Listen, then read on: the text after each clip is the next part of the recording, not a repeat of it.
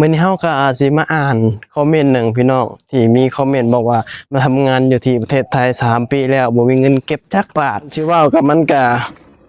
อ่าปัจจัยหลายอย่างอยู่พี่น้องการที่มาหาเงินอยู่ไทยอ่ะแล้วบ่มีเงินเก็บนี่หลักๆเลยเนาะถ้าเกิดว่าบ่สร้างหยังอยู่บ้านจังซี่นะถ้าเกิดว่าบ่สร้างบ้านหรือว่าบ่เฮ็ดหยังสักอย่างหรือว่าบ่ใช้หนี้ใช้หยังแบบบ่ได้มีหนี้มีหยังเลยแบบซี้นะถ้าเกิดบอกว่าบ่มีเงินเก็บนี่คืออย่างเดียวคือแบบ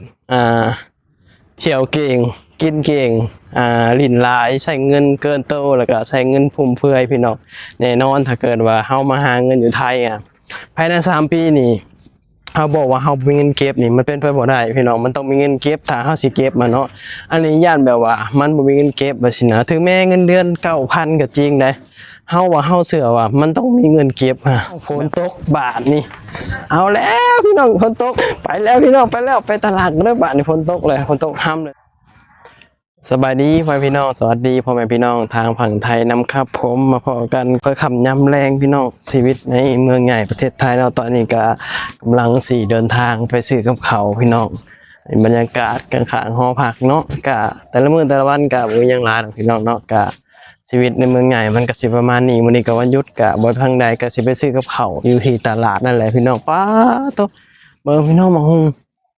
กอดกเลยนี่โตโหเป็นตั้งแต่แบบว่าเหงาต้น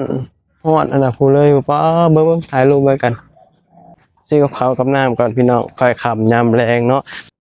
มื้อนี้เฮาก็อาจสิมาอ่านคอมเมนต์หนึ่งพี่น้องที่มีคอมเมนต์บอกว่ามาทำงานอยู่ที่ประเทศไทย3ปีแล้วบ่มีเงินเก็บจักบาทเงินเดือน 9,000 บาทพี่น้องเนาะคือเงินเดือน 9,000 บาทนี่ยังมีอยู่บ่พี่น้องในปัจจุบันนี้อยากถามเนาะอยากถามหลายคนหรือว่าอยากถามคนลาวที่แบบว่ามีประสบการณ์ที่มาทำงานอยู่ที่ประเทศไทยแล้วก็ถามว่าเงินเดือน 9,000 บาทยังมีอยู่บ่ในปัจจุบันนี้นะบ่ฮู้ว่าเป็นงานอีหยังเนาะที่เขาเฮ็ดนะเงินเดือน 9,000 บาทพี่น้องแต่ว่าบ่มีเงินเก็บจักบาทนี่มันแปลกๆเด้พี่น้อง3ปีบ่มีเงินเก็บนี่เฮาว่าเฮาว่าแบบบ่ต้องมาอยู่เนาะเฮาว่าเนาะกลับบ้านดีกว่าถ้าเกิดว่าบ่มีเงินเก็บแบบนี้นะคำว่าบ่มีเงินเก็บนี่มันก็คือว่าได้พี่น้องเนาะคำว่าบ่มีเงินเก็บนี่มันก็คันสิเว้ากับมันก็อ่าปัจจัยหลายอย่างอยู่พี่น้องการที่มาหาเงินอยู่ไทยแล้วบ่มีเงินเก็บนี่หลักๆเลยเนาะถ้าเกิดว่าบ่สร้างหยังอยู่บ้านจังซี่นะถ้าเกิดว่าบ่สร้างบ้านหรือว่าบ่เฮ็ดหยังสักอย่างหรือว่าบ่ใช้หนี้ใช้หยังแบบบ่ได้มีหนี้มีหยังเลยแบบซี่นะถ้าเกิดบอกว่าบ่มีเงินเก็บนี่คืออย่างเดียวคือแบบเที่ยวเก่งกินเก่งลิ้นหลายใช้เงินเกินโตแล้วก็ใช้เงินฟุ่มเฟือยพี่น้องแน่นอนถ้าเกิดว่าเฮามาหาเงินอยู่ไทยภายใน3ปีนี่เขาบอกว่าเขามีเงินเก็บนี่มันเป็นไปบ่ได้พี่น้องมันต้องมีเงินเก็บถ้าเขาสิเก็บมาเนาะอันนี้ย่านแบบว่ามันบ่มีเงินเก็บว่าสินะถึงแม้เงินเดือน 9,000 ก็จริงได้เฮาว่าเฮาเชื่อว่ามันต้องมีเงินเก็บแบบว่าบ่มีเงินเก็บเลยมันก็เป็นไปบ่ได้เนาะเงินเดือน 9,000 นี่สมมุติว่าเงินเดือน 9,000 นี่คำเฮาแบบว่าบ่ฮู้ว่าเขาแบบว่าเขาอยู่จังไดนะเฮาก็บ่เดือน 9,000 นี่เฮาก็ต้องแบ่งสัดส่วนเนาะสำคัญเลยคือแบ่งสัดส่วนการใช้เงินจังซี่นะพี่น้องว่าค่าใช้จ่ายเฮาเป็นจังไดแล้วก็ค่าใช้จ่ายเฮาไปทางทิศใดนี่สำคัญเลยคือค่าใช้จ่ายนี่แหละบางคนอาจจะแบบว่าค่าใช้จ่ายหลายบ่เลยบ่มีเงินเก็บแบบนี้นะหรือว่าบางคนอาจจะแบบว่าสร้างบ้านสร้างหยังบ่อยู่บ้านเฮาแบบนี้นะอาจจะบ่มีเงินเก็บพี่น้องเนาะถ้าเกิดว่าบ่สร้างบ้านแล้วก็บ่ได้เฮ็ดอีหยังเลยแบบนี้นะแต่ว่าหาไปแบบบ่ได้สร้างบ่ได้แปลงอีหยังบ่สิแล้วบ่มีเงินเก็บ3ปีนี่เฮาว่าก็หนักอยู่ได้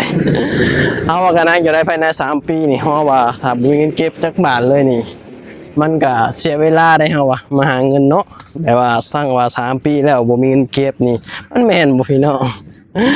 หรือว่าจังใดเนาะอันนี้เฮาก็บ่ฮู้เพราะว่าเฮาก็บ่แม่นโตเขานะเฮาก็ไปเห็นคอมเมนต์ว่า3ปีมาอยู่ไทยแล้วบ่มีเงินเก็บนี่เฮาว่ามันก็แปลกๆแล้ว3ปีมาอยู่ไทยเนาะเฮาขนาดเฮามาอยู่แป๊บเดียวเฮาว่าเฮาก็ยังมีเงินเก็บได้บ่แม่นดอกบ่มีขนาดเฮาแบบว่าค่าใช้จ่ายเฮาแบบก็ไปหลายทิศทางอยู่แต่เฮาก็ยังมีเงินเก็บเพราะว่าสำคัญก็คือแบบเฮาจัดการบริหารเงินนะคือแบ่งสัดส่วนเวลาเงินออกมาว่าสิอันใดนี่เฮาสิใช้อันใดนี่เฮาสิจ่ายอันใดเฮาสิแบบว่า ผ่ากลับบ้านค่าห้องค่าหยังบ่สิเฮาก็ต้องแบ่งสัดส่วนถ้าเกิดว่าเฮาบ่แบ่งนี่ก็มันบ่มีเงินเก็บพี่น้องเนาะทั้งรอดมันก็บ่มีเงินเก็บแล้วก็สำคัญเลยคือเฮาเที่ยวเก่งลิ้นเก่ง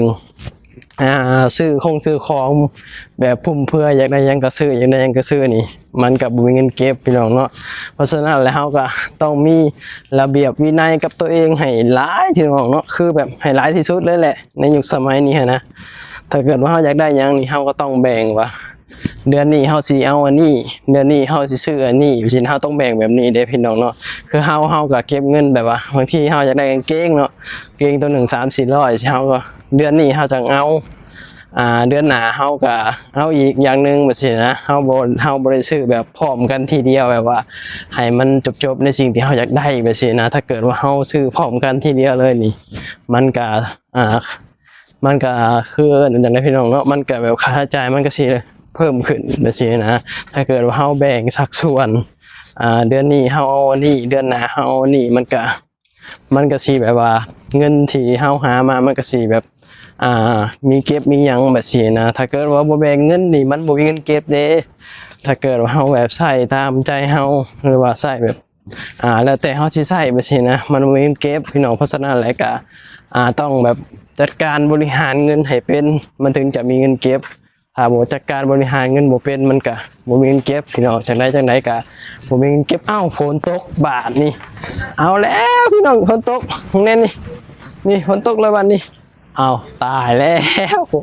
ไปแล้วพี่น้องไปแล้วไปตลาดกันเด้อบาดนี้ฝนตกเลยฝนตกห้ำเลยเนาะจังไดก็ขอบคุณพี่น้องหลายที่แบบว่าเสียสละเวลาเข้ามาเบิ่งชมพอกันคลิปหน้าพี่น้อง